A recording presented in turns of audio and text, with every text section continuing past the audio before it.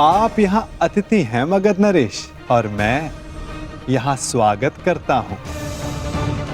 अब आप पर निर्भर करता है कि आप अतिथि की भांति मिलना चाहते हैं या हमारे मिलन के इतिहास का 19वां अध्याय रचना चाहते हैं। मगध नरेश, स्वागत है आपका।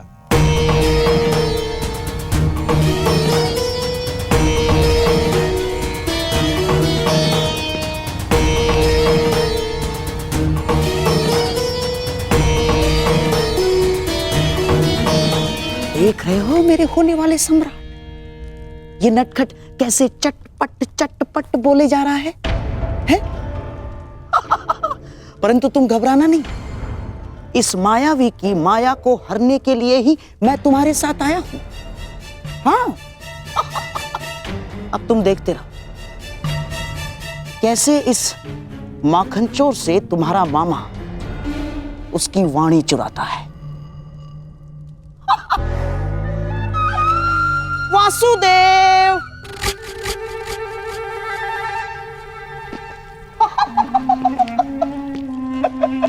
अरे गांधार नरेश, कैसे हैं आप?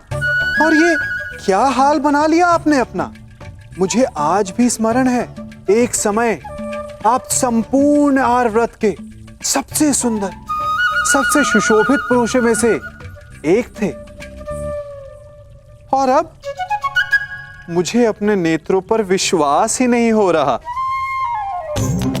भ्राता दुर्योधन, मित्र कर्ण, यहां आओ, शीघ्र आओ।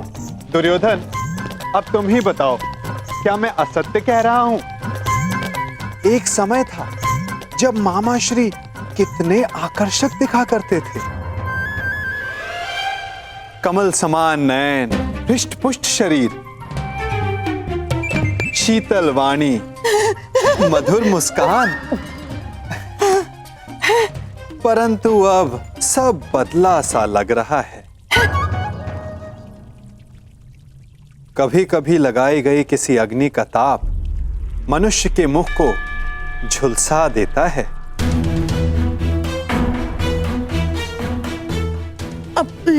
है ना दुर्योधन? क्या मामा श्री को हस्तिनापुर में उचित आहार नहीं मिलता? ये क्या कह रहे हैं वासुदेव? मामा श्री को हस्तिनापुर में सर्वश्रेष्ठ आहार मिलता है। मैं उस आहार की बात नहीं कर रहा हूं जो मुंह से खाया जाता है। मैं तो उस आहार की बात कर रहा हूं जो विचारों को मिलता है, मन को मिलता है, क्योंकि अंततः दिखाई तो वही देता है। अरे, मैं भी क्या बातें लेकर बैठ गया। आइए, आप सबका स्वयंवर में स्वागत है।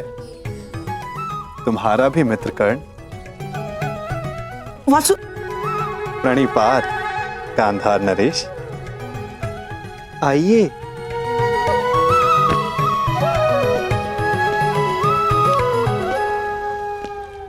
तुम मेरे साथ आओ राधे।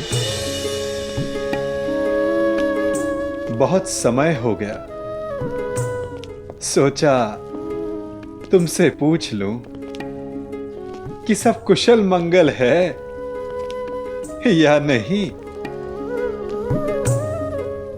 कितना महान चिंतक शकुनी, परंतु उतना ही लक्ष्यहीन, जैसे एक महान ब्रह्मास्त्र अपना मार्ग भूल गया हो कर्ण। जब तक अग्नि वश में होती मनुष्य को भोजन देती है, यदि अग्नि वश से बाहर हो जाए तो मनुष्य का भोज कर लेती है ना कर्ण?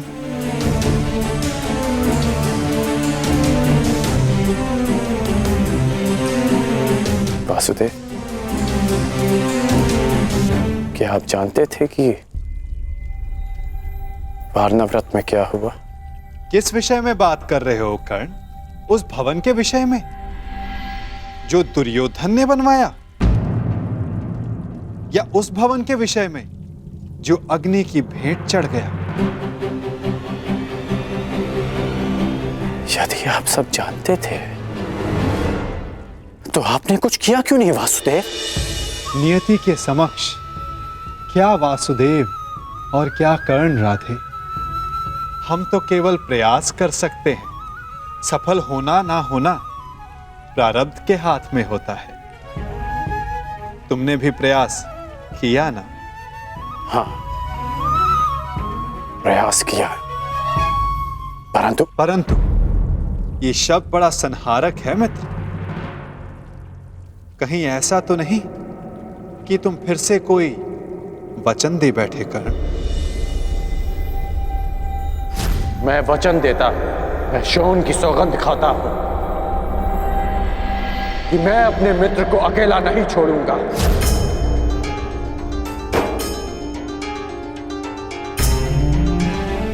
ओह कर्ण, मैंने कहा था कि वचन देते समय सावधान रहना, फिर भी दे बैठे क्यों? क्योंकि सबके पास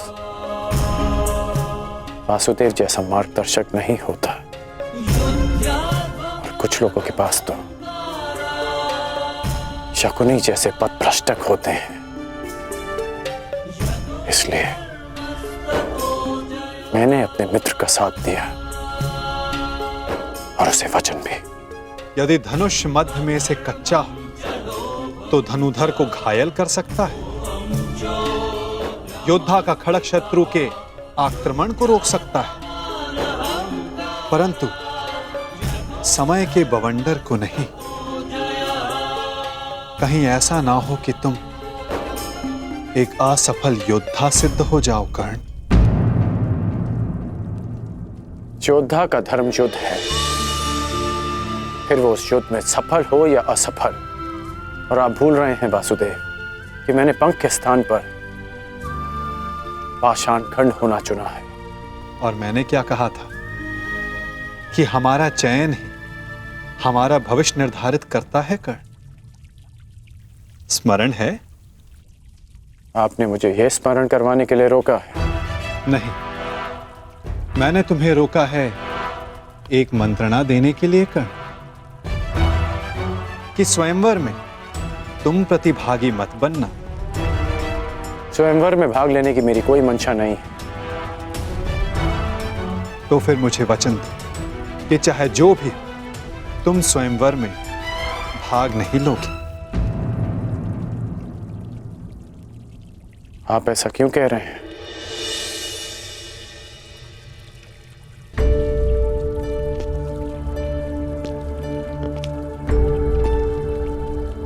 क्या आप नहीं चाहते कि मैं स्वयंवर में भाग लूं?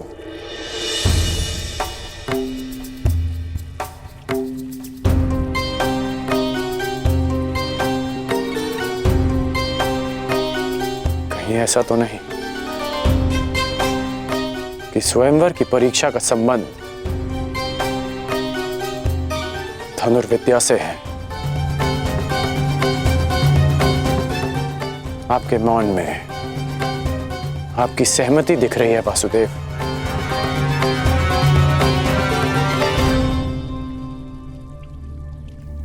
मैंने तुमसे एक वचन मांगा है राधे। आप ही ने मुझे सिखाया है कि बिना सोचे समझे किसी को वचन नहीं देना चाहिए। मैं स्वयंवर में भाग नहीं लूंगा, परंतु तब तक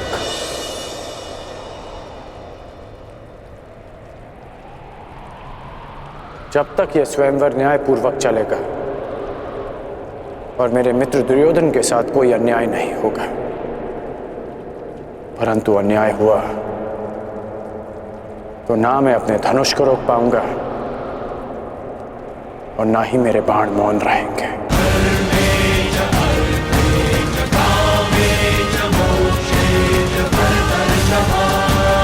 प्रणिपात वासुदेव।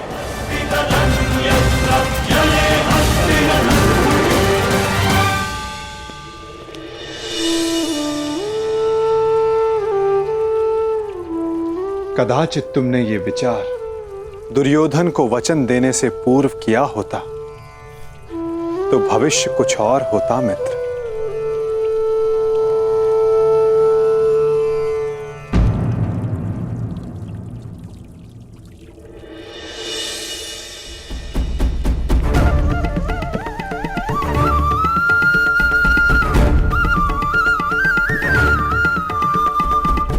जो पहला ब्राह्मण तुम्हें मिले उसे ये दक्षिणा दे देना और कहना कि पांचाल राजभवन में एक बड़ा उत्सव हो रहा है। जाओ।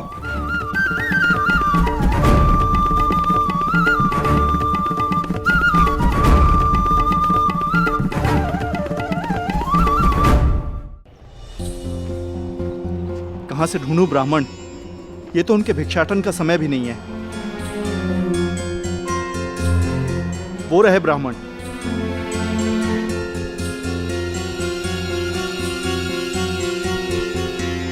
प्रणिपात ब्राह्मण देव। ये आपके लिए ब्राह्मण देव। एक संदेश भी है। राजमहल में एक बड़ा समारोह है और एक बड़ा भोज। अब पधारिएगा अवश्य। प्रणिपात।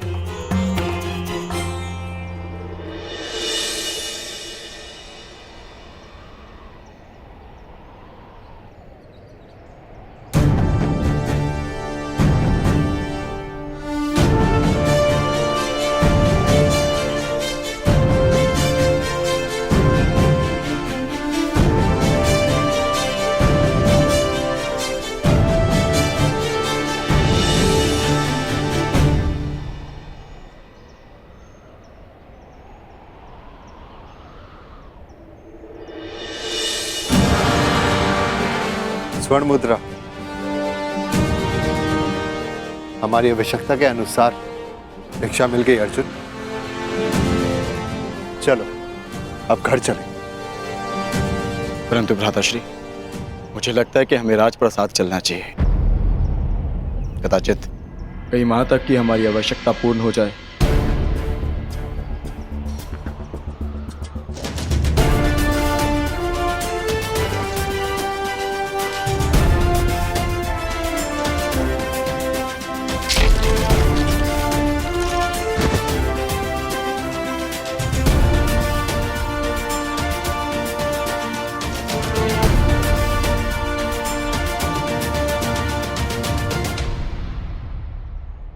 हाँ भ्राताश्री, कदाचित हमें वहां एक के स्थान पर 5 मुद्राएं मिल जाए। जब माताश्री कहेंगी कि आपस में बांट लो तो सुविधा हो जाएगी। अधिक लालच अच्छा नहीं है अनुज। भूखा रहना भी अच्छा नहीं है भ्राताश्री। आपने सुना ना, वहां भोज भी है। क्या आप अपने अनुज की क्षुधापूर्ति होते हुए नहीं देखना चाहोगे? यदि ऐसा है तो चलो। तुम्हें भरपेट भोजन करते हुए देखना भी बहुत बड़ा सुख है मेरे लिए। हम राजप्रसाद चलेंगे।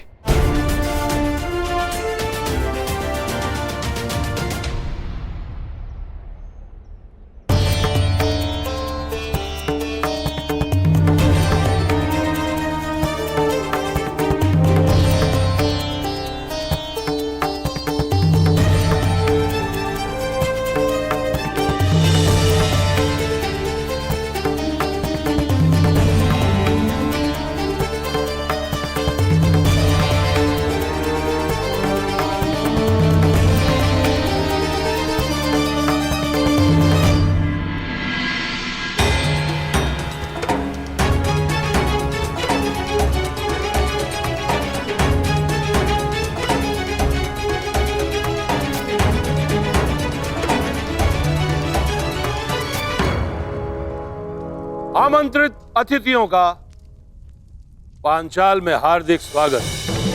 आप सभी यहाँ मेरी पुत्री याज्ञसेनी के स्वयंवर में भाग लेने के लिए पधारे। इसलिए मेरा भी यह कर्तव्य बनता है कि मैं स्वयंवर से आपका परिचय करवा दूं। मंडप के मध्य में वो जो स्थान आप देख रहे हैं, जो इस क्षण यव्यानिका से ढका हुआ है, वही वो परीक्षण है जिसमें सफल होने वाला प्रत्याशी मेरी पुत्री से विवाह कर सके। परंतु निश्चित रूप से यह परीक्षण सरल नहीं होगा।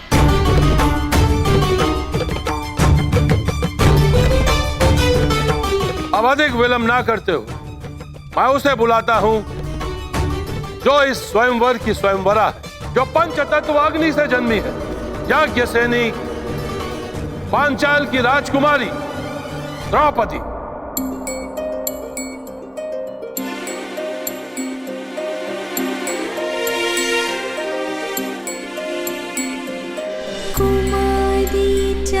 वाटी पांचाली वेदी मध्यात् समुत्थिता सुभागा दर्शनीयांगी स्वसीताय तलोचना।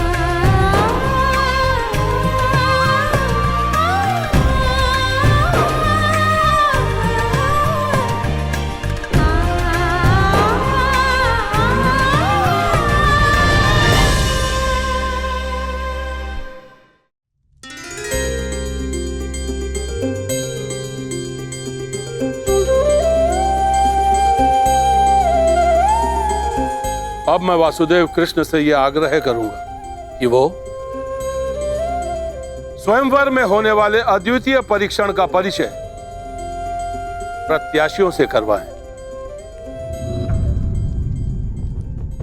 आगंतुकों को वासुदेव कृष्ण का प्रणाम। आज होने वाला परीक्षण प्रत्येक योद्धा को स्वयं उसके बल, बुद्धि और कौशल से परिचय करवाएगा। इस परीक्षा में खरा उतरने के लिए प्रतिभागी में विलक्षण गुणों का होना आवश्यक है। उसमें वो बल होना चाहिए जिसे मापा ना जा सके, वो दृष्टि होनी चाहिए जो अदृष्ट के परे देख सके, वो एकाग्रता होनी चाहिए जो किसी में ना हो, और लक्ष्य को बिना देखे भेद सकने का सामर्थ्य भी।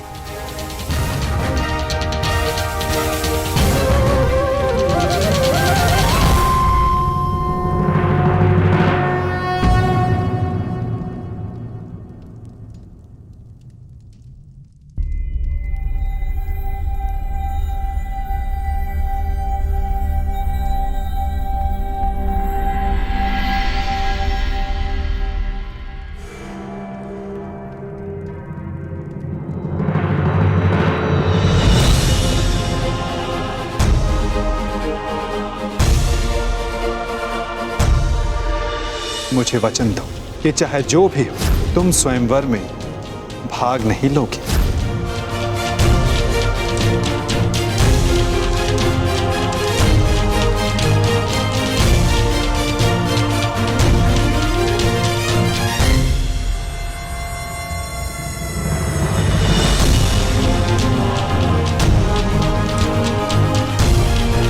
केवल इस धनुष की सुंदरता को देखकर आकर्षित मत होइए मित्रों, चूंकि धनुष है तो लक्ष्य अवश्य होगा।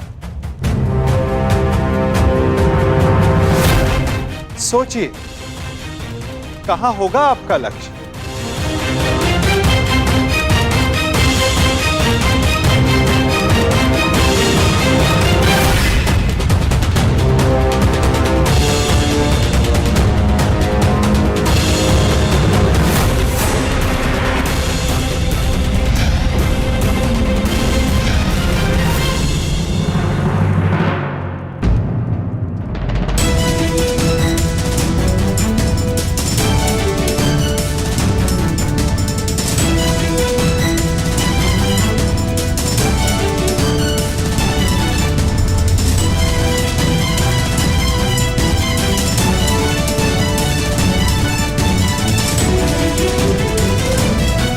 इस आकाश यंत्र में स्थित मीन की आंख आप सबका लक्ष्य है मित्रों।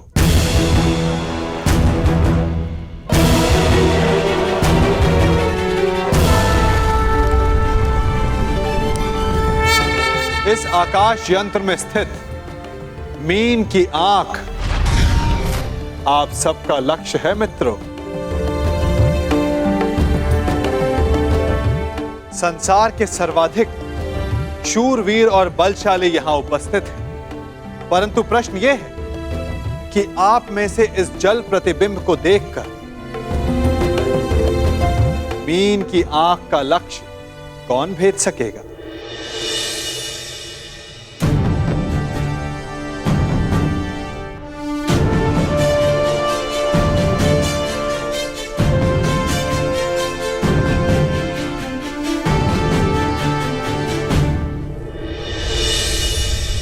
मुझे किसी भी मूल्य पर लक्ष्य भेदना है मित्र। मुझे विजय प्राप्त करनी है।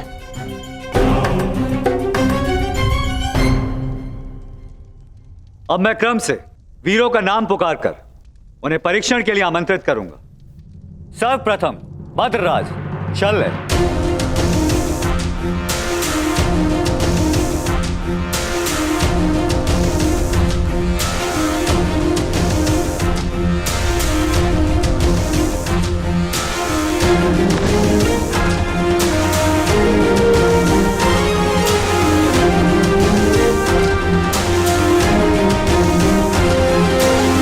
मित्र, आज कोई क्रोधित भी नहीं है, इसलिए मद्रराज के पास कोई अवसर नहीं किसी की शक्ति छीनने का।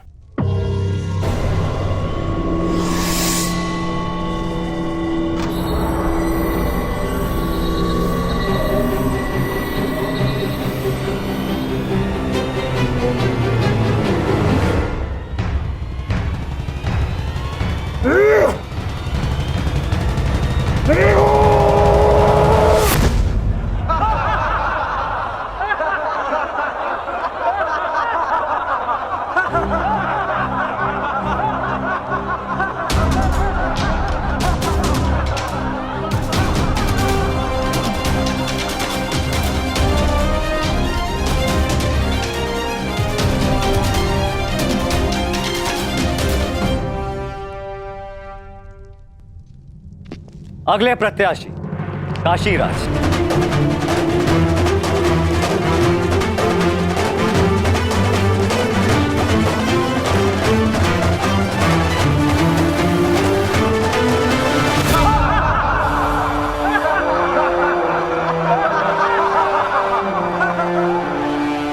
क्या यह असंभव लक्ष्य नहीं है सखा?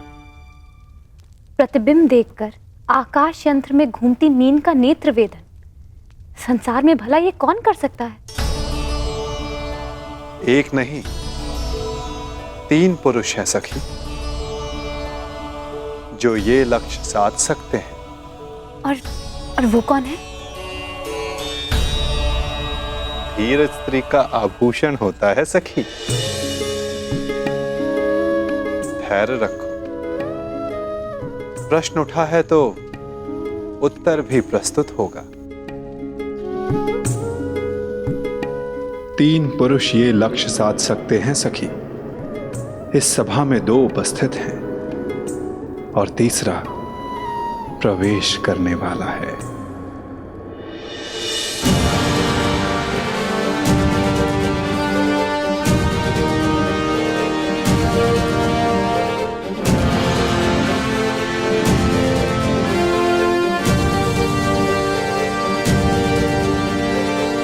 अगले प्रत्याशी भगत नरेश जरासंध।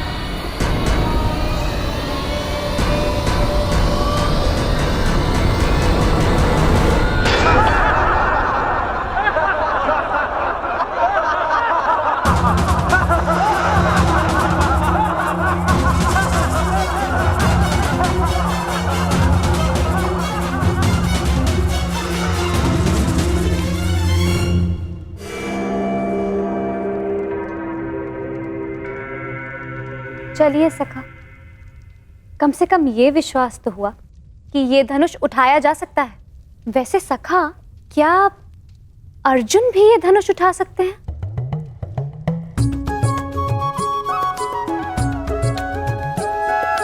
सखा, यदि अर्जुन इस सभा में उपस्थित हुए तब भी मैं उन्हें पहचानूंगी कैसे? कैसे मुझे ये ज्ञात होगा कि वो यहाँ उपस्थित हैं?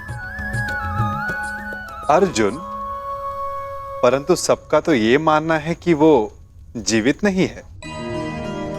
मैं ऐसा नहीं मानती सखा, क्योंकि मैं अभी तक जीवित हूं। तुम कहां जीवित हो सखी? तुम तब तक जीवित नहीं जब तक अर्जुन ना मिल जाए, यही ना? और यही तो मेरा प्रश्न है केशव, कि मैं उन्हें कैसे पहचानूं जो मेरे जीवन का एक कारण है। जब वो क्षण आएगा, तुम्हें स्वयं अनुभूत हो जाएगा सखी। तुम्हें अपने भीतर श्वास का प्रवास अनुभव होगा। वो अनुभूति तुम्हें आनंद नहीं, पीड़ा देगी। वो पीड़ा जिसकी तुम्हें प्रतीक्षा है, वो पीड़ा जो तुम्हें आनंद से अधिक प्रिय लगे। क्या मुझे सच में ऐसा अनुभव होगा सखा? परंतु कब? कौन जाने, कदाचित अति शीघ्र।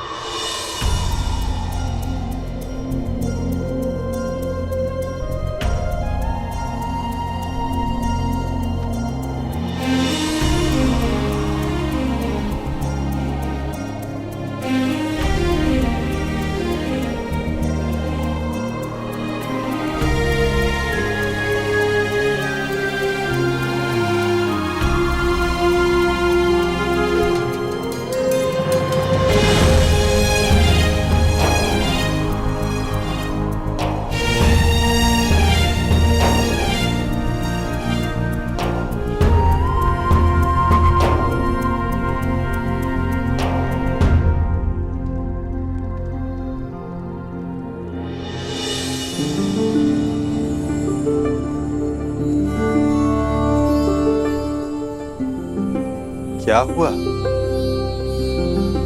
सखा, मैंने कुछ अनुभव किया।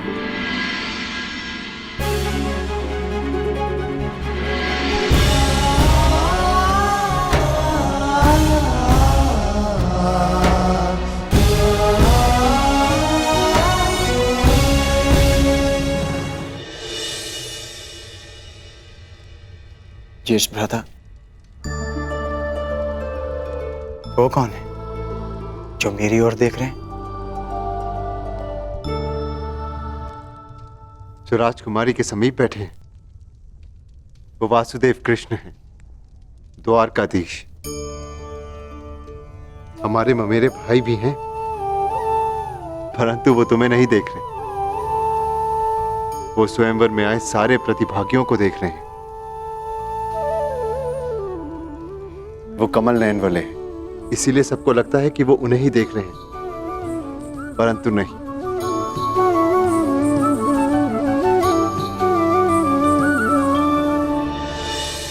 और अब मैं आमंत्रित करता हूं अंतिम प्रत्याशी, हस्तिनापुर के युवराज दुर्योधन।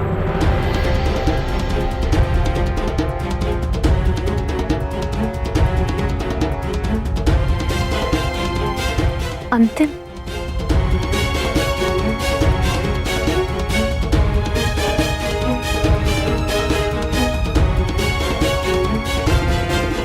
वो दिन कब आएगा जब मैं इस दुष्ट की छाती पर गदा से प्रहार कर पाऊंगा।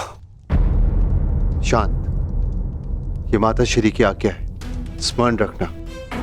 हमें यहाँ पर किसी की दृष्टि में नहीं आना है। हम यहाँ पर स्वयंवर देखने आए हैं और कुछ दक्षिणा लेने, बस।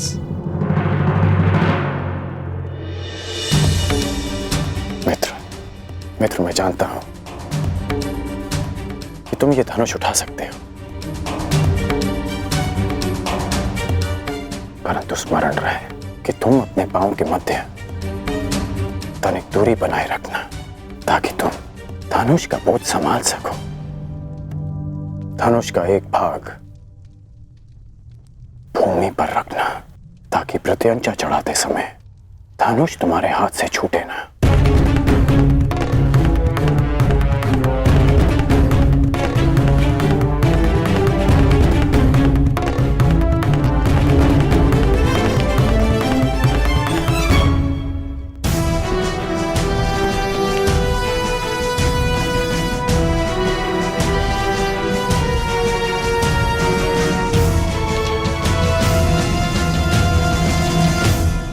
बताइए ना, कौन है वो 3 पुरुष जो ये लक्ष्य साध सकते हैं?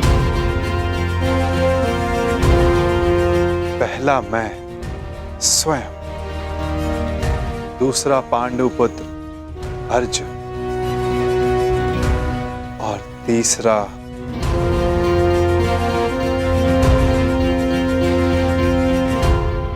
मैं राधेकर। मैंने संधान लक्ष्य देखकर ही किया, आपके नेत्रों में देखकर। कदाचित तीसरे वीर के लिए मैं आपका संकेत समझ गई हूं सखा।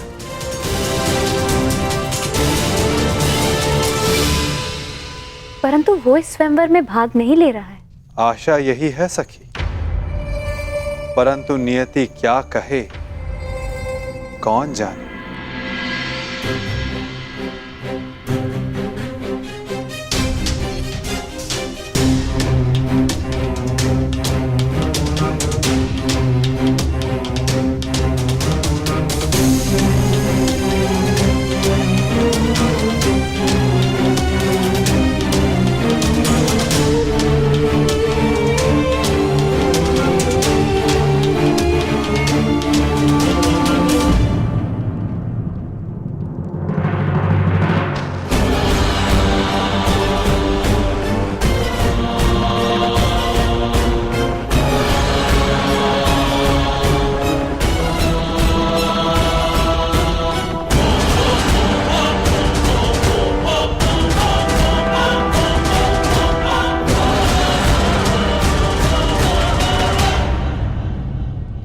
अपने पांव स्थिर रखना मित्र।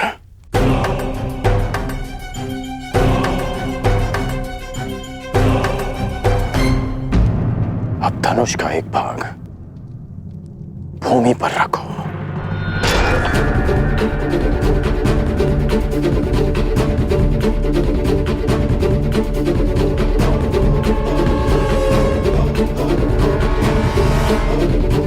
बल लगाकर धनुष को मोड़ो।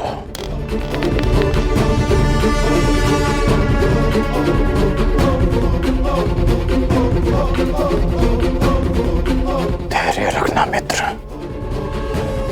तभी प्रत्यंचा चढ़ा पाओगे। ये दुष्ट कहीं लक्ष्य साध ना ले।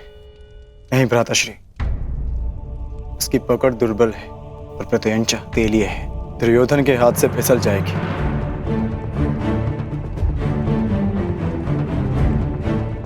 नहीं,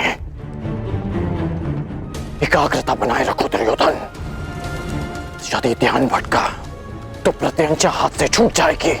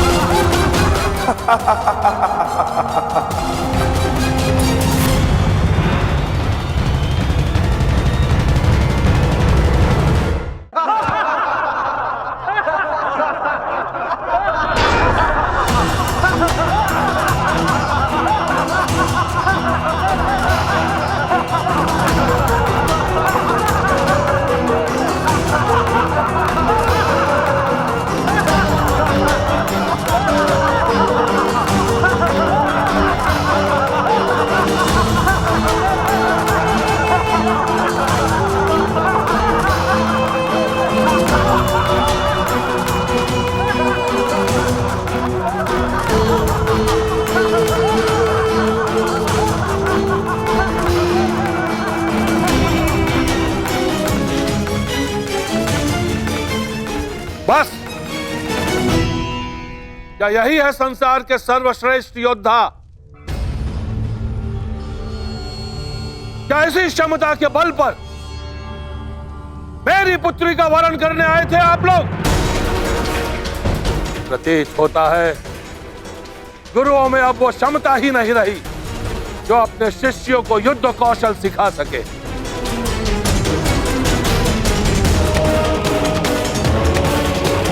मेरी पुत्री का स्वयंवर अधूरा रह जाएगा, इस बात का दुख नहीं है मुझे, अभी तो खेद इस बात का है कि संसार के सर्वश्रेष्ठ योद्धाओं में से एक भी योद्धा ऐसा नहीं है जो इस परीक्षण में सफल हो सके। महाबली मानकर आप लोग अपने आप से छल कर रहे हो। चलिए पंचाल राज,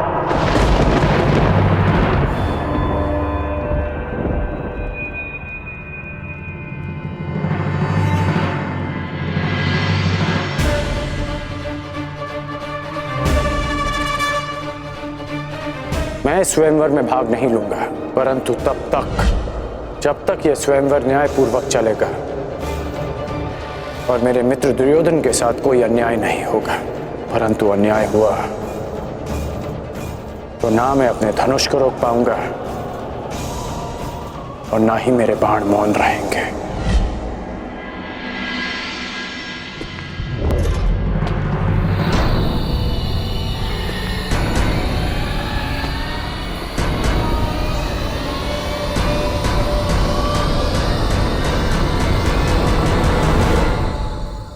छल तो आपने किया है।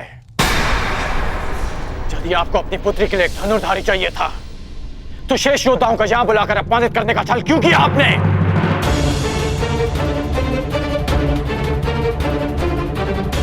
यदि बल, बुद्धि, दृष्टि, एकाग्रता और लक्ष्य पर प्रहार करने की क्षमता जांचनी थी तो केवल धनुर्विद्या का परीक्षण क्यों? खड़क युद्ध क्यों नहीं? गदा कौशल क्यों नहीं? आप वसुदेव कृष्ण के परीक्षण पर संदेह कर रहे हैं? आप इन पर पक्षपात का आरोप लगा रहे हैं भद्र पुरुष। हाँ,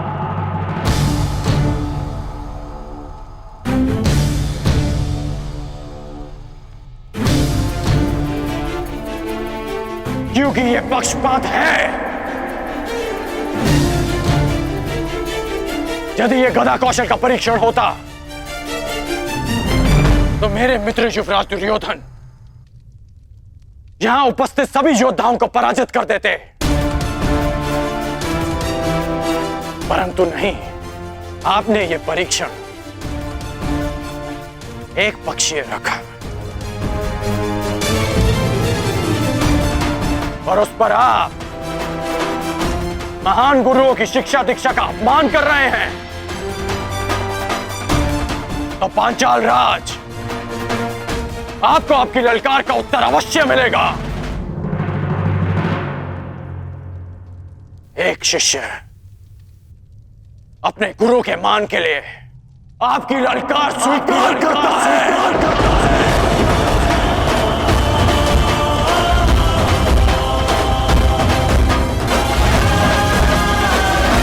आज यहां इसी सभा में प्रत्यंचा भी चढ़ेगी, शर संधान भी होगा और लक्ष्य भेद भी होगा।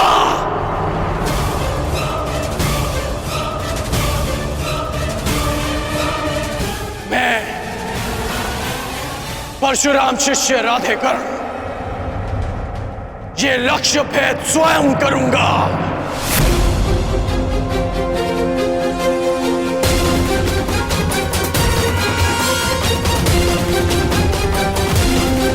सखी, यदि तुम्हें ज्ञात हो कि अर्जुन जीवित है तो क्या करोगे? वो सब जो मेरे जीवन का उद्देश्य पूरा कर सके, जो कि अर्जुन से विवाह के पश्चात ही संभव। तो फिर देखो सखी, वो तीसरा वीर जो इस परीक्षण में सफल हो सकता है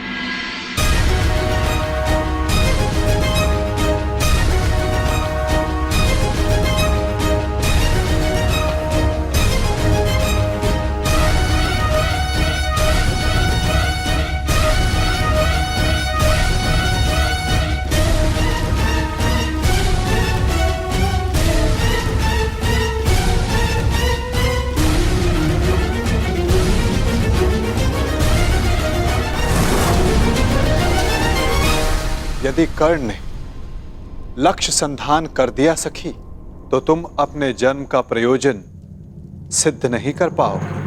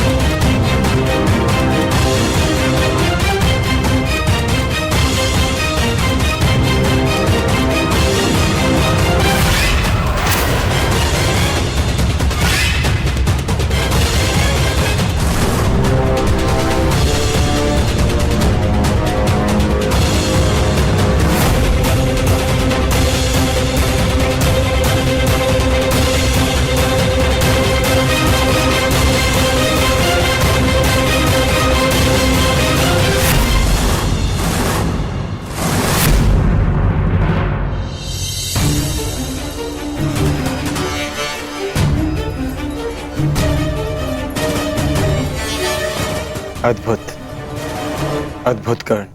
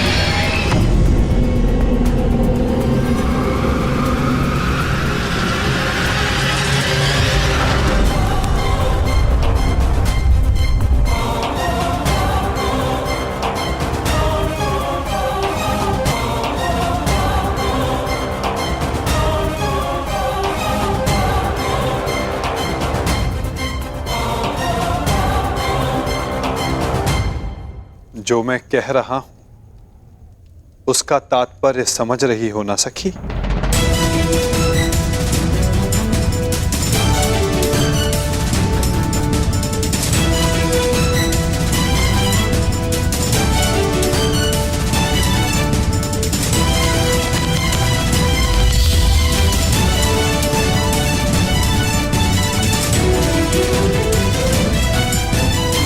बिना देखे आपने लक्ष्य संधान कैसे किया?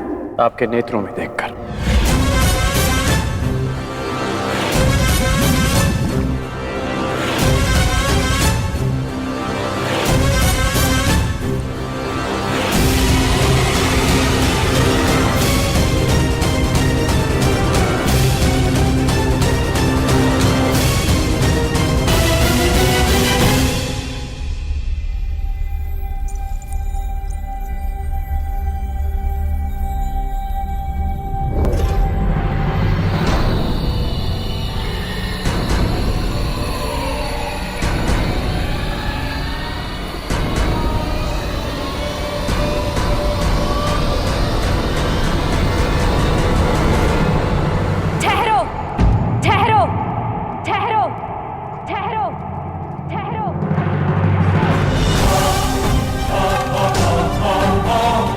ये शरसंधान नहीं होगा।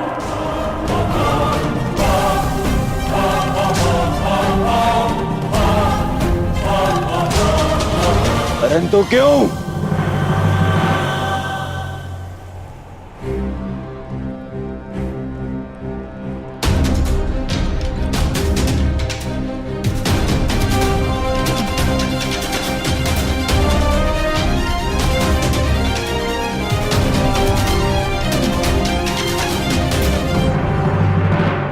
क्योंकि मैं एक सूत पुत्र से विवाह नहीं करूंगी।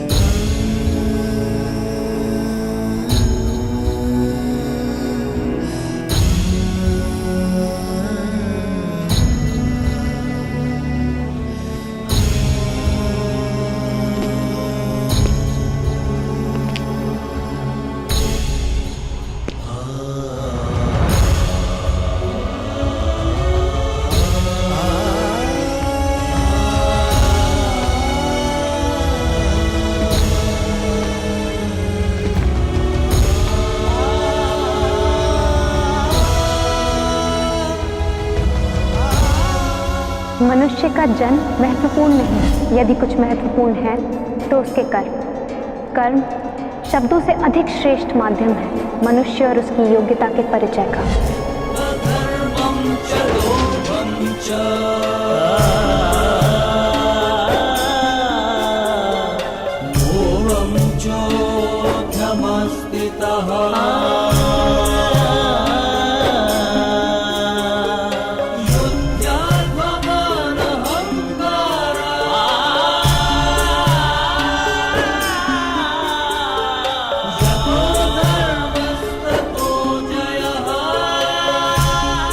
बधाई हो याज्ञसेनी, आज आपने सिद्ध कर दिया कि कभी कभी शब्द कर्म से अधिक श्रेष्ठ माध्यम होते हैं।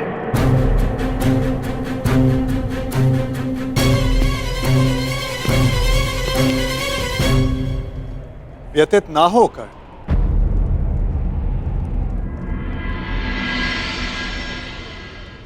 ये निर्णय स्वयंवरा का है और इस सभा में उपस्थित सभी को इस निर्णय का सम्मान करना चाहिए। बस!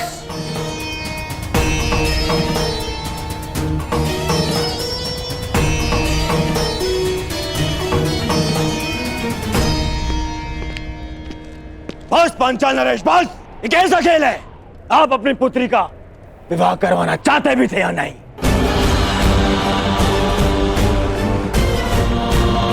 केवल अपने मनोरंजन के लिए आपने ये स्वयंवर रच लिया।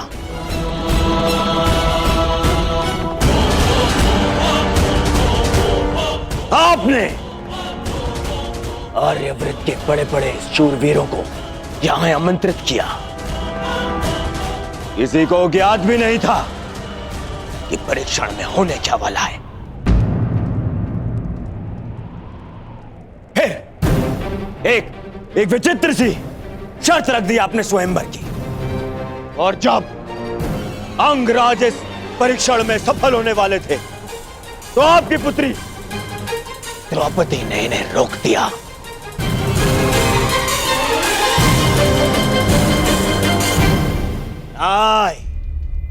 ये स्वयंवर नहीं है, छल है, छल। युवराज दुर्योधन, ये स्वयंवर पांचाली के विवाह के लिए रचा गया है हस्तिनापुर युवराज दुर्योधन। और स्वयंवर स्पर्धा नहीं होती, स्वयंवरा को अधिकार है अपने वर के चयन करने का। जिसका द्रौपदी ने प्रयोग किया।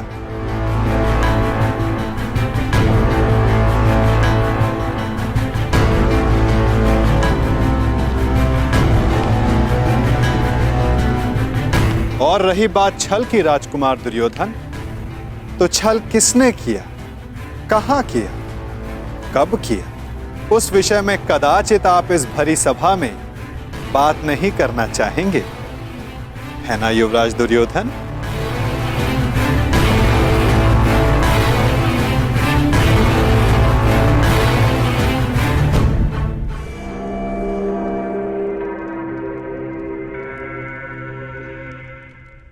सम्राट!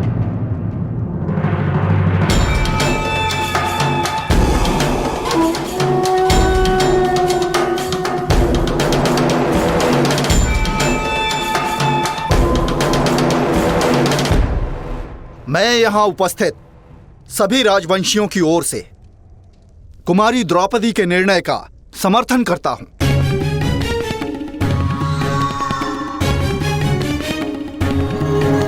मुझे तो युवराज दुर्योधन की सोच पे आश्चर्य हो रहा है।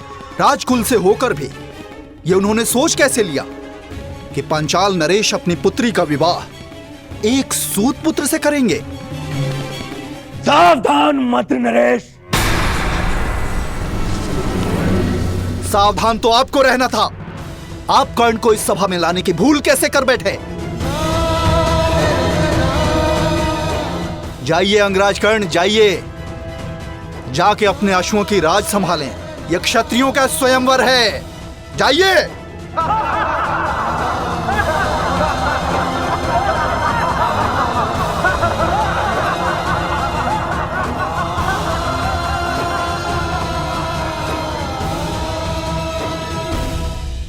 हाँ, हाँ, हाँ, मैं एक सूत पुत्र हूं।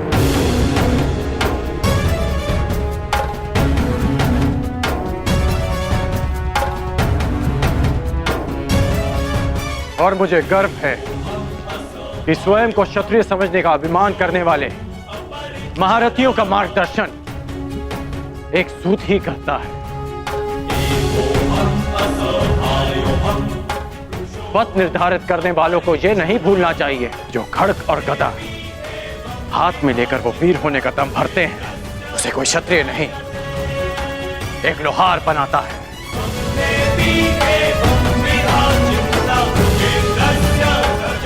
जो अन्न वो खाते हैं उसे किसान उपजाता है।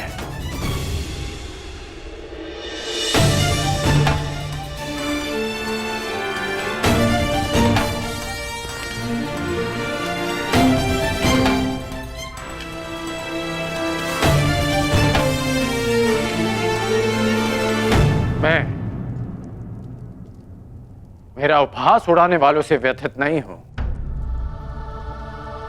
क्योंकि मैं इनकी सोच वर्षों से जानता हूं।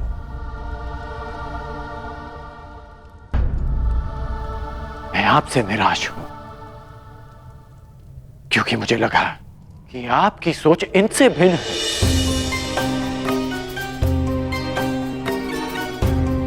इस अपमान को सहने की क्षमता स्वयं में लाने के लिए मुझे वर्षों लग गए, परंतु आश्चर्य इस बात का है कि एक सूत का अपमान करना, उससे घृणा करना।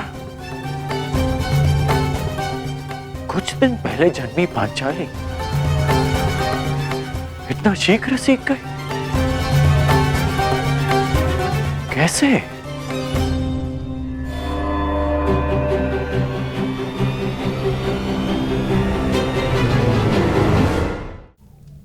कुछ दिन पहले जन्मी पांचाली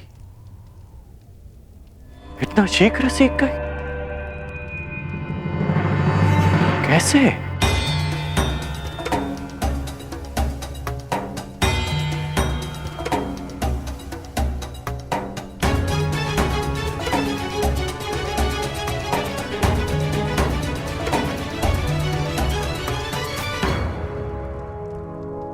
कुछ दिवस पूर्व किसी ने मुझसे कहा था कि हर कर्म अपना परिणाम साथ लेकर चलता है।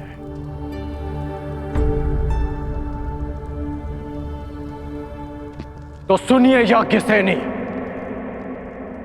कि जो आज आपने मेरा अपमान किया, उस अपमान का परिणाम आपको अवश्य मिलेगा।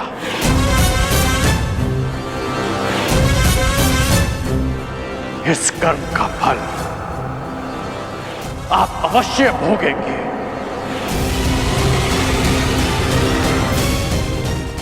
आपके शब्दों के गूंज का नाद जीवन भर आपको सुनाई देता रहेगा। स्मरण रहे।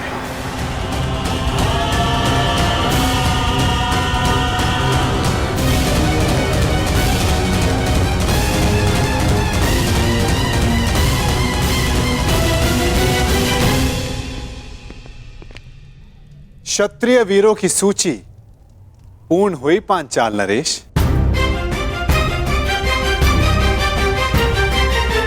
प्रतीत होता है कि अब और कोई नहीं जो इस परीक्षा में सफल हो सके। तो क्या स्वयंवर निरस्त कर दिया जाए पांचाल नरेश? नहीं केशव, यदि स्वयंवर निरस्त कर दिया गया तो पांचाल का बड़ा अपयश होगा। कोई उपाय सोचिए।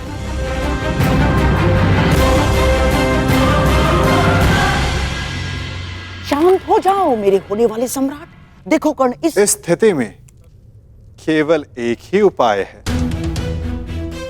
स्वयंवर संपन्न हुआ, हमें यहां से चलना चाहिए। कि स्वयंवर सर्वसाधारण के लिए खोल दिया जाए।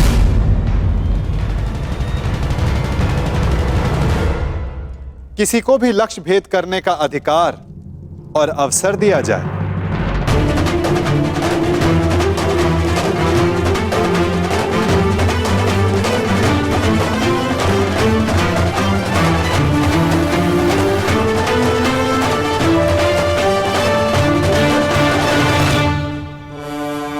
एक ही उपाय है। स्वयंवर संपन्न हुआ, हमें यहां से चलना चाहिए। कि स्वयंवर सर्वसाधारण के लिए खोल दिया जाए। किसी को भी लक्ष्य भेद करने का अधिकार और अवसर दिया जाए।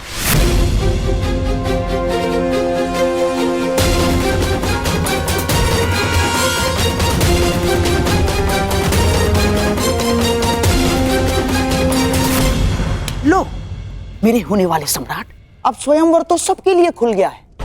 जब कोई कुछ कर ही नहीं पाएगा तो कर्ण को अवश्य अवसर मिलेगा। हमें यहां रुकना चाहिए। नहीं मामाश्री, यदि अब हम पांचाल में रुके तो केवल एक ही कारण होगा, और वो युद्ध है। अन्यथा नहीं। चलिए यहां से।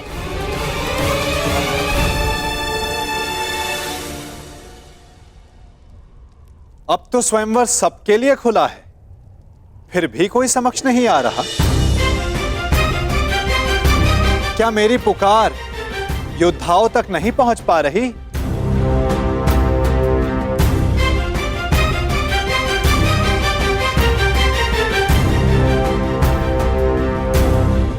छिपे हुए योद्धाओं, अपने मन से प्रश्न करो कि क्या अधिक महत्वपूर्ण है, अज्ञात में रहकर अपना परिचय छिपाना,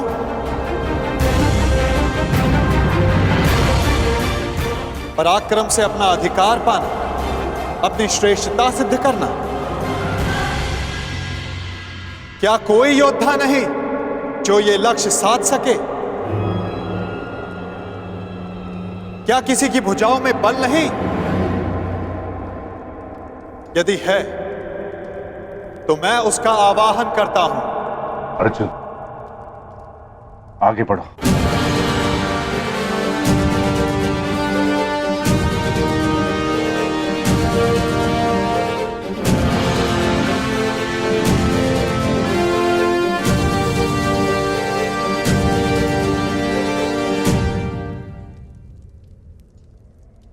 ये लक्ष्य मैं साधूंगा।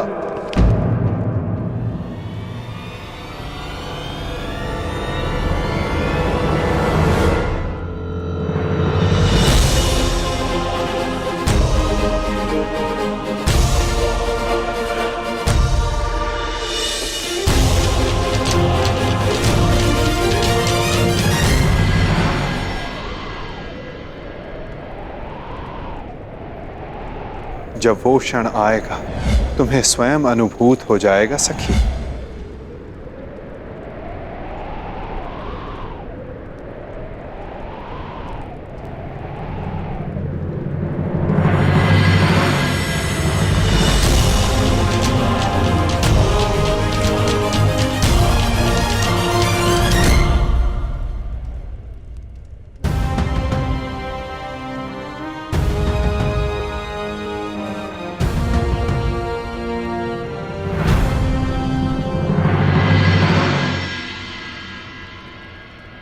पहले एक सूत पुत्र आया और अब ब्राह्मण। सत्य कहा था देवकी नंदन ने, ये स्वयंवर तो अविस्मरणीय रहेगा।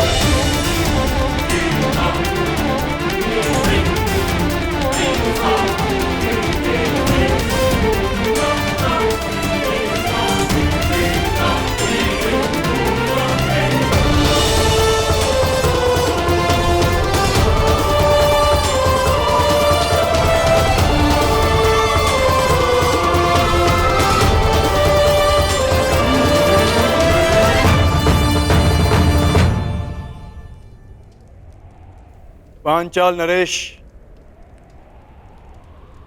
लक्ष्य संधान की अनुमति चाहूंगा। ब्राह्मण देवता, आप भूलवश यहाँ आ गए हैं। यज्ञशाला दूसरी ओर है और भिक्षादान द्वार पर हो रहा है। जाइए। सुना है ब्राह्मणों के श्राप में बड़ी शक्ति होती है। ऐसा ना हो कहीं इस मीन को श्राप देकर नीचे गिरा दें।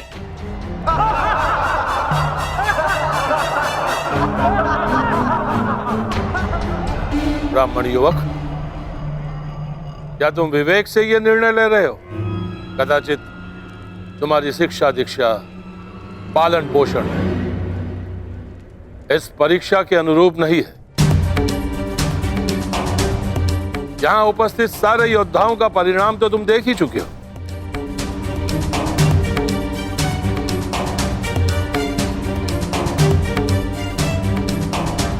मैं आपके विचारों से सहमत हूं पांचाल नरेश, परंतु ब्राह्मण के बल पर संदेह नहीं करना चाहिए।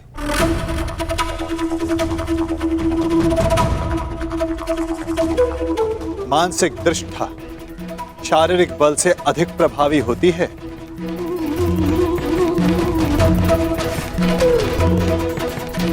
दिव्य अस्त्र का आवाहन करने वाले मंत्र ब्राह्मणों की शक्ति होती है। और फिर श्री परशुराम भी ब्राह्मण ही तो हैं। क्या उनकी शक्ति पर किसी को संदेह है?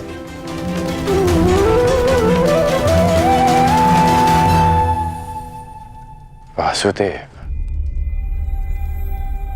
इस युवक को अनुमति दिलाने के लिए इतना बल क्यों दे रहे हैं? छोड़ो ना मित्र, जितना अपमान सहना था सह लिया। अब यहां रुकने का कोई अर्थ नहीं। चलो यहां से। रुको, मैं ये देखना चाहता हूं कि यहां क्या होने जा रहा है। और जैसा कि मैंने पहले भी कहा पांचाल नरेश, ये स्वयंवर है। अंतिम निर्णय द्रौपदी का होगा।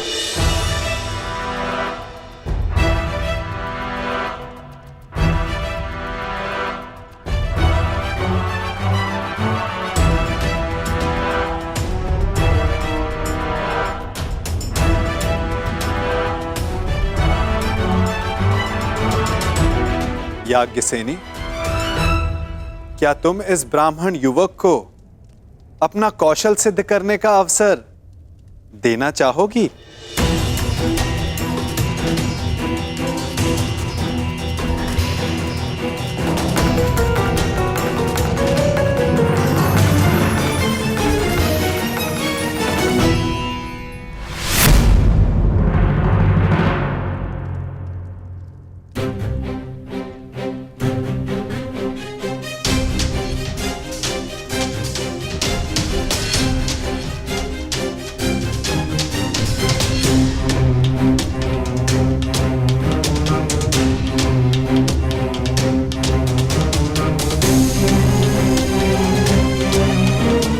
ब्राह्मण युवक, तुम्हें अनुमति है।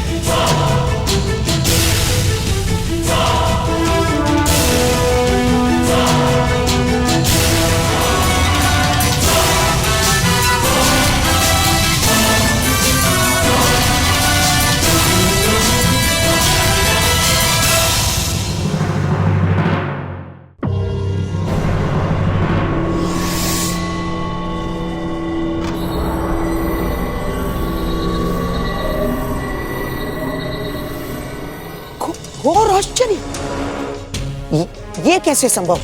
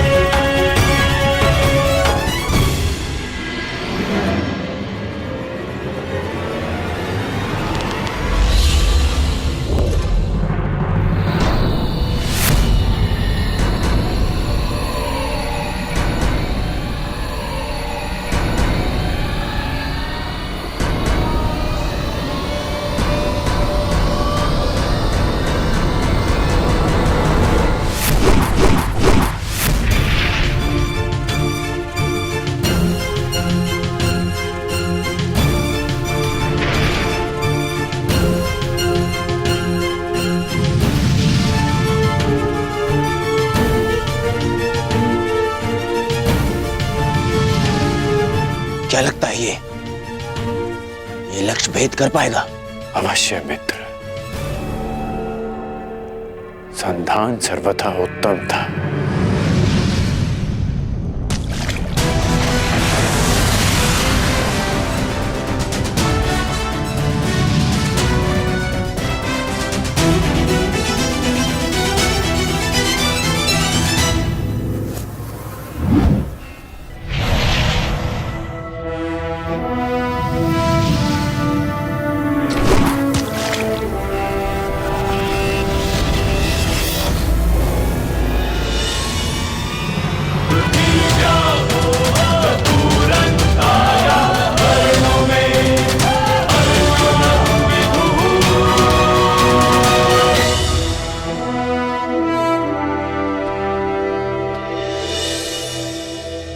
अब अपने वर का चयन तुम्हारे हाथों में है सखी। क्या तुम इस युवक का चयन करोगी? ये चयन तो युगों पूर्व हो चुका है केशव। मैंने ये जन्म सिर्फ ये अनुभव करने के लिए लिया है कि क्या मेरा चयन उचित था।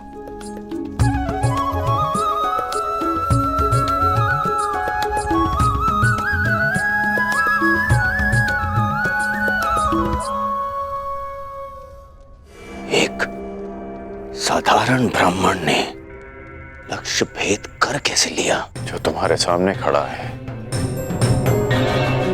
वो सामान्य नहीं है मित्र। कुछ तो असाधारण है इसमें।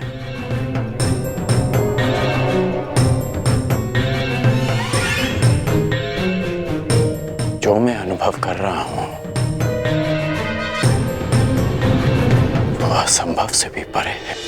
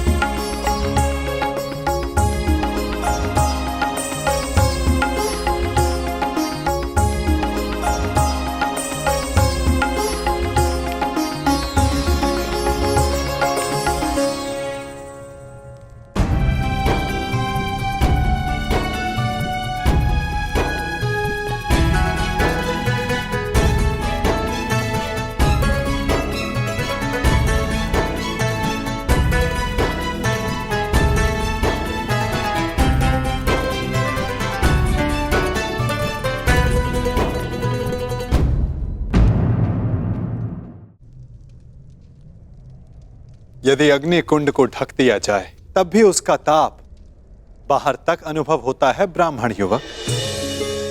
तुम्हारे भीतर की योद्धा की अग्नि को ब्राह्मण वेश रोक ना सका। और अग्नि तो पुनीता होती है। जब तक तुम्हारे जीवन का उद्देश्य पूर्ण ना हो जाए तुम्हें भस्म कैसे कर सकती है?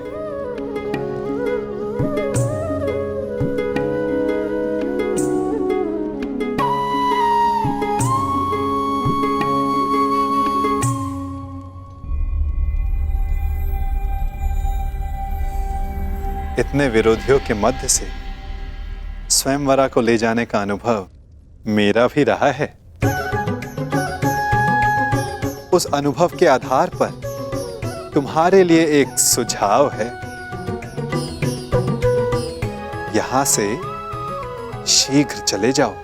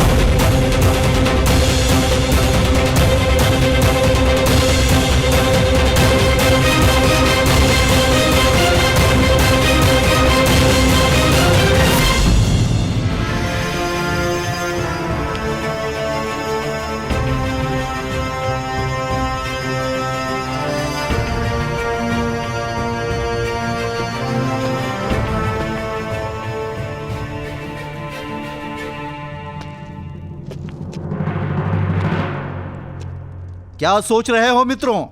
क्या मुख लेके जाओगे अपने प्रजाजनों के सम्मुख जब वो पूछेंगे कि स्वयंवर में क्या हुआ?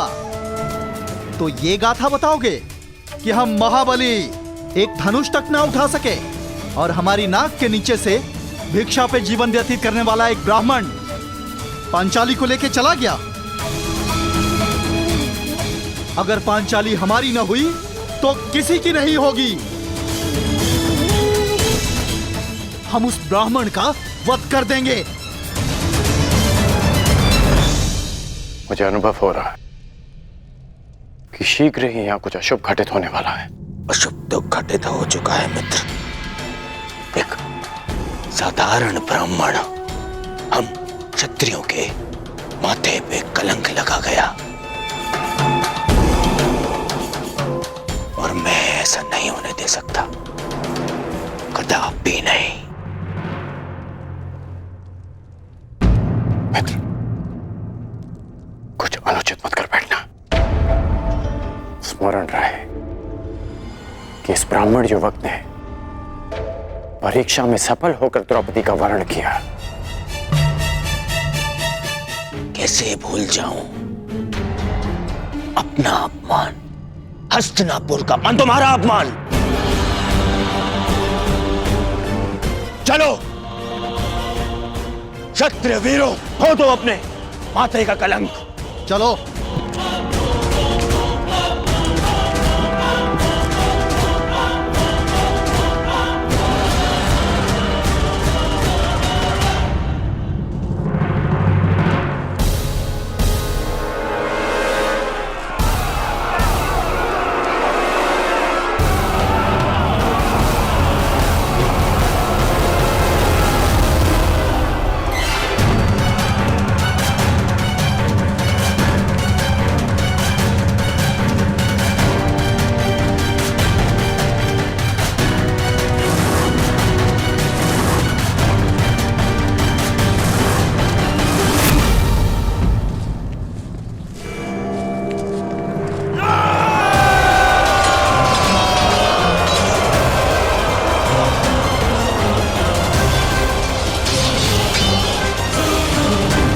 भ्राताश्री, पांचाली को यहाँ से सुरक्षित ले जाइए। मैं भी युद्ध कर सकती हूँ। मुझे तुम्हारी क्षमता पर संदेह नहीं है पांचाली, परंतु तुम्हें भी अपने वर की योग्यता पर संदेह नहीं होना चाहिए। जब तक मेरी भुजाओं में बाण चलाने की शक्ति और छाती पर घाव सहने की क्षमता, तुम्हें अस्त्र उठाने की आवश्यकता नहीं पड़ेगी।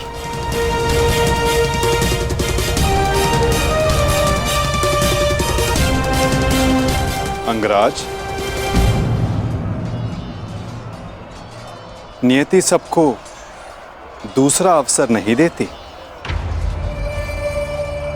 परंतु तुम्हें दूसरा अवसर मिला है। चयन करने में भूल मत कर बैठना।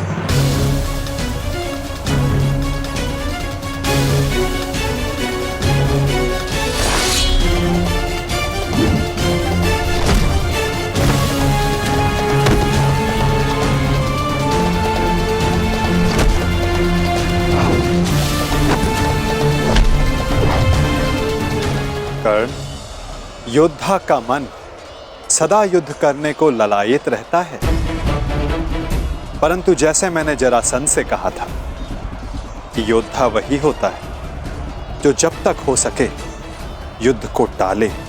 आपने एक और बात कही थी वासुदेव कि हम सब नियति से बंधे हैं, तो युद्ध होना है तो होगा। हाँ, कारण अवश्य भिन्न हो सकते हैं, कभी तारण तो कभी शंका का निवारण।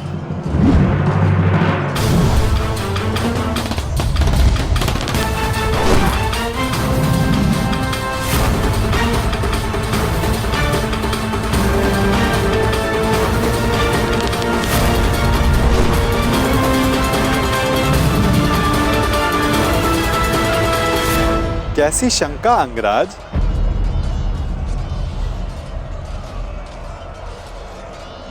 आप तो मेरा मन पढ़ सकते हैं ना वासुदेव, तो बताइए कि जो मेरे मन में चल रहा है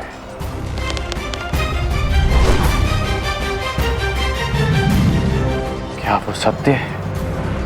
सत्य तो कुछ भी हो सकता है अंगराज, बस उसे सिद्ध करने के लिए प्रमाण की आवश्यकता होती है। और तुम्हारे शंका का निवारण का केवल एक ही मार्ग है।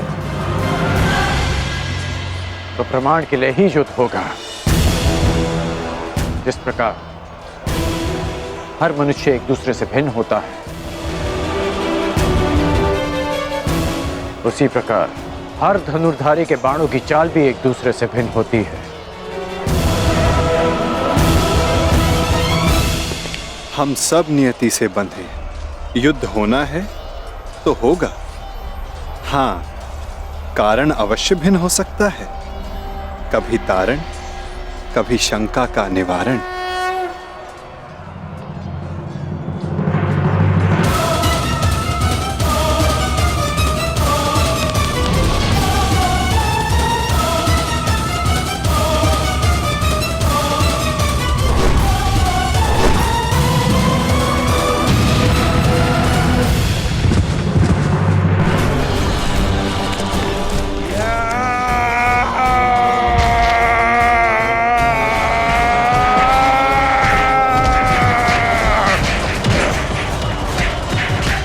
रुको ब्राह्मण पुत्र,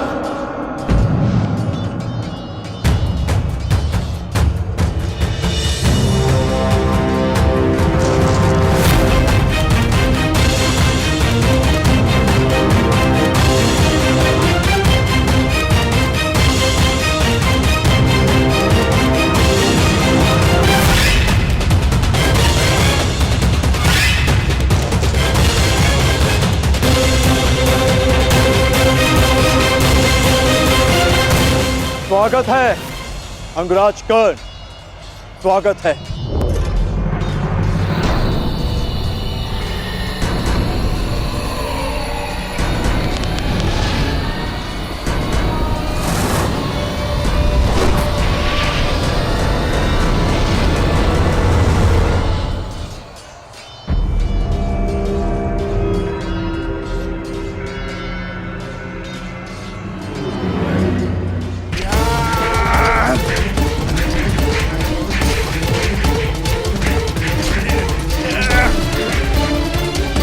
भूखे हो, बड़े भूखे हो ब्राह्मण। अब ये वृक्ष उखाड़ रहे।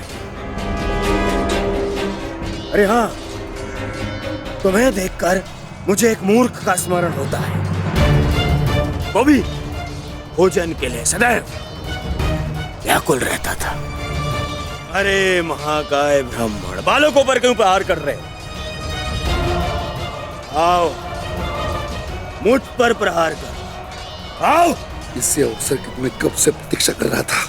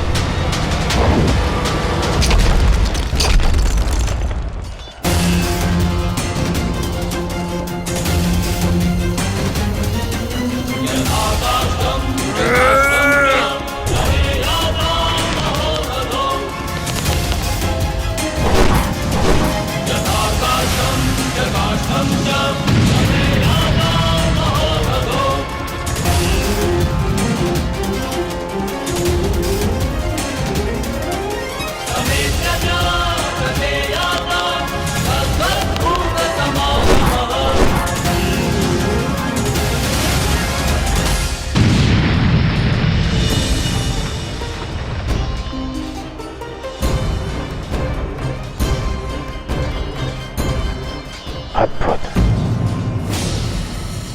क्या तुम सच में ब्राह्मण हो वीर?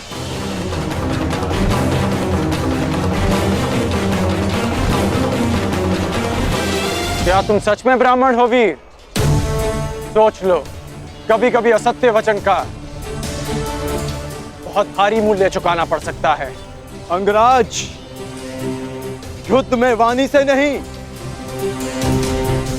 धनुष से काम लो, अन्यथा यही तुम्हारे अंतिम शब्द सिद्ध होंगे।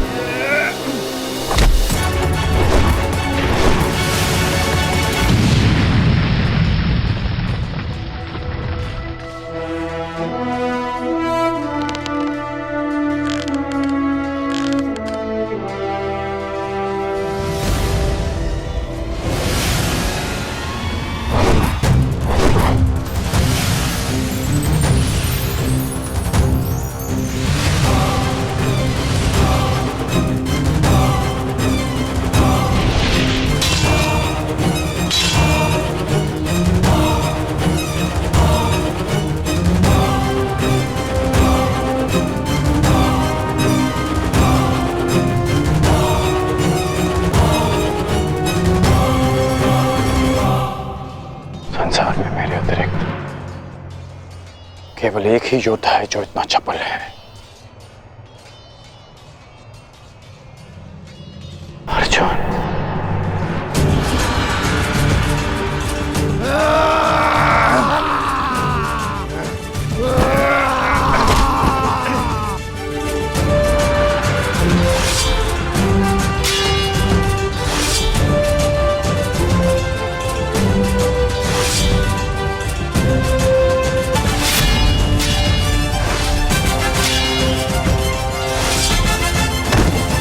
पांडव लाक्षागृह से जीवित बच निकले।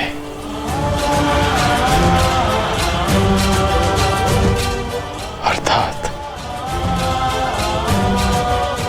माता कुंती भी सुरक्षित है।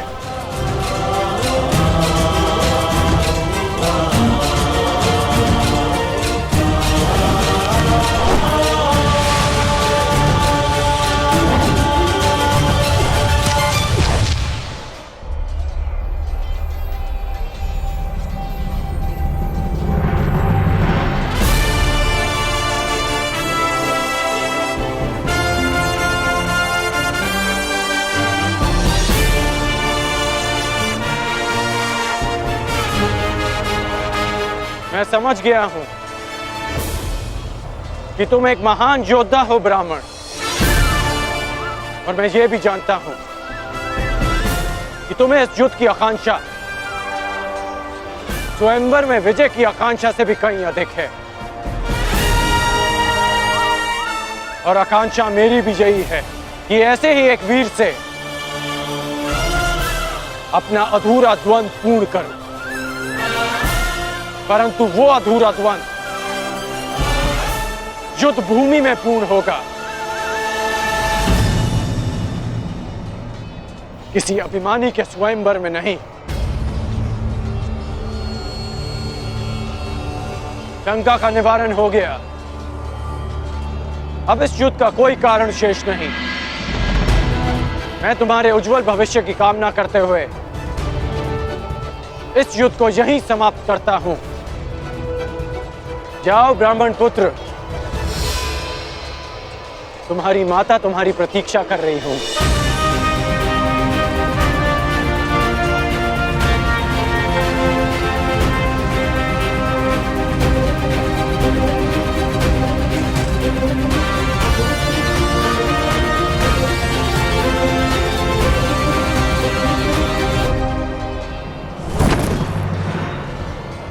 रुक जाओ मित्र, ये युद्ध यहीं समाप्त करो मित्र। विजेता को अपनी स्वयंवर आदर से ले जाने दो मित्र। नहीं मित्र, हम इन्हें मित्रों में वाद परिवाद नहीं होता। ये ब्राह्मण अपने उपहार का अधिकारी है।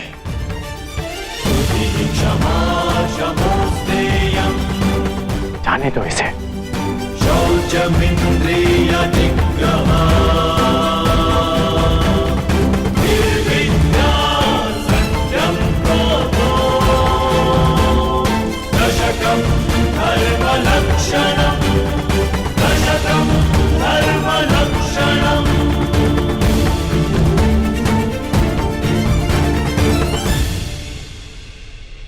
माता कुंती और पांडव जीवित हैं।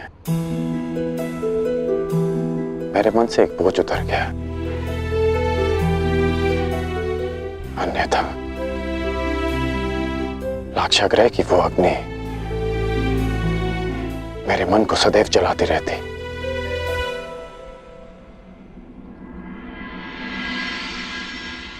इसलिए आप पांडवों की मृत्यु की सूचना से व्यथित नहीं थे, क्योंकि आपको सब कुछ ज्ञात था। यदि ज्ञात ना भी होता तो भी व्यथित होने का कोई कारण नहीं था। कारण अब तो सत्य स्वीकारिए केशव। अब समझ आया आपका वो कथन कि एक खेल प्रारंभ होने जा रहा है, वो खेल जिसका मैं भी एक पात्र हूं। अब समझ में आया कि आपने मुझे स्वयंवर में भाग ना लेने की मंत्रणा क्यों दी। अब समझ आया कि कर्म की हुंकार भरने वाले कृष्ण उस समय क्यों मौन रहे जब जन्म के कारण भरी सभा में मेरा उपहास उड़ाया गया।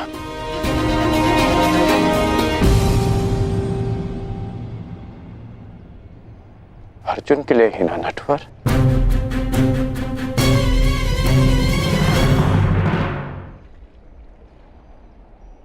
क्यों क्यों किया आपने ऐसा? केवल अर्जुन को स्वयंवर में जिताने के लिए?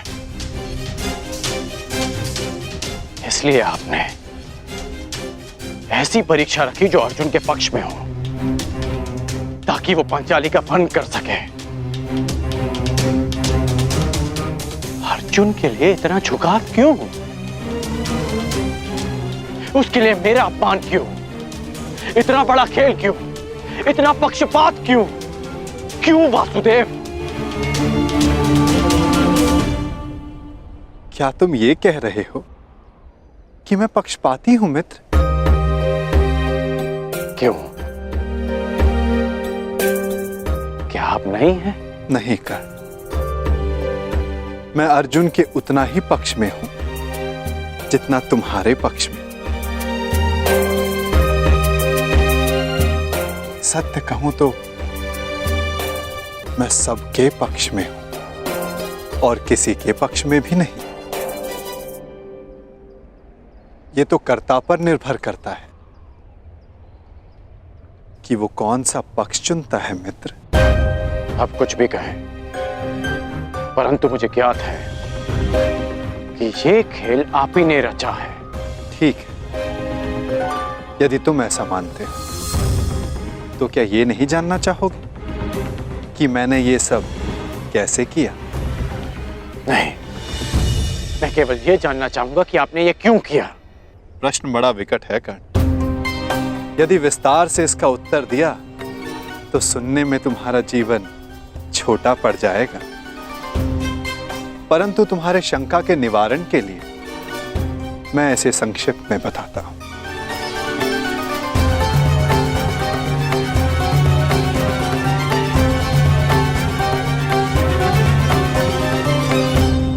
एक महाचक्रवात आने को है कर्ण,